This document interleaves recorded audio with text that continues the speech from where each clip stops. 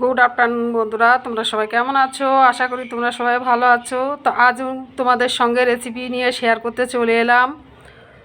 তো একটা পাত্রে গরম গরম ভাত গুছিয়ে দিয়েছি, ভাতের সাইডে দিয়ে দিয়েছি তোমাদের দাদাভাই জ্যান্ত সিলভার মাছ নিয়ে এসেছিলো। তো জ্যান্ত সিলভার মাছের এক পিস রিং পিস ভেজে দিয়ে দিয়েছি সাইডে, আর মাছ ভাজার উপরে দিয়ে দিয়েছি একটা কাঁচা লঙ্কা ভাজা, আর করেছি ডাঁটা দিয়ে, আলু দিয়ে, কাঁঠালের আটি দিয়ে, কুমড়ো দিয়ে চচ্চড়ি, শুকনো শুকনো করেই করেছি। আর এটাই আমি সর্ষে বেটে দিয়েছি।